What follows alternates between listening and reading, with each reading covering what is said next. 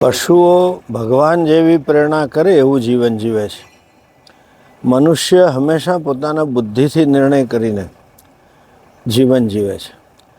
એટલે દરેક વ્યક્તિને સફળ જીવનનું એક ચિત્ર પોતાના મનમાં હોય છે કે હું આવો પૈસાવાળો બનું, સત્તાવાળો બનું, કે આ સેવા કરું વગેરે. એટલે જો નિર્ણય જીવનમાં સાચો હોય, જીવન દ્રષ્ટિ સાચી હોય તો જીવન સાચું થાય.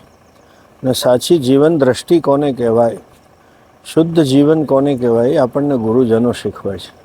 અને આપણો જન્મ ધર્માર્થે છે, મોક્ષાર્થે છે. એ મોક્ષ અને ધર્મની શિક્ષા ગુરુજનો આપે છે.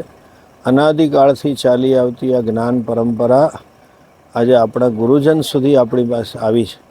આપણે સૌ પુણ્યશાળી છીએ કે આપણને આવા ગુરુઓ મળ્યા. આ જ્ઞાનનો વારસો અનાદિકાળથી ગુરુઓએ સાચવી અને શિષ્યોને આપ્યો છે.